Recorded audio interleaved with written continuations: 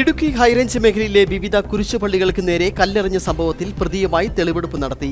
ആക്രമണം നടത്തിയ പ്രതി പുളിയൻമല BTR അന്യാർത്തുള്ള സ്വദേശി ചെറുകുന്നേൽ ജോബിൻ ജോസിന്റെ വീട്ടിലും ആക്രമണം നടത്തിയ സ്ഥലങ്ങളിലും എത്തിച്ചാണ് തെളിവെടുപ്പ് നടത്തിയത്. കോടതിയിൽ ഹാജരാക്കിയ പ്രതിയെ റിമാൻഡ് ചെയ്തു.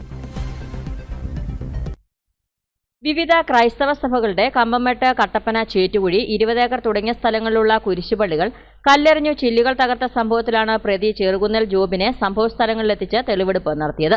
വിവാഹം മുടങ്ങിയതിൽ സഭയോടുള്ള വൈരാഗ്യത്തിലാണ് കുരിശുപള്ളികൾക്ക് നേരെ കല്ലെറിഞ്ഞതെന്നാണ് പ്രതിയുടെ മൊഴി. മാർച്ച് 12-ന് വെളുപ്പിനെയുണ്ടായ വ്യാപക ആക്രമണത്തിന് പിന്നാലെ Idukki SP Vishnu Pradeep, Kattappana DYSP PV baby എന്നിവരുടെ മേൽനോട്ടത്തിൽ വണ്ടൻമേട് SHO ഷൈൻകുമാറിന്റെ നേതൃത്വത്തിൽ രൂപീകരിച്ച പ്രത്യേക അന്വേഷണ സംഘമാണ് പ്രതിയെ പിടികൂടിയത്.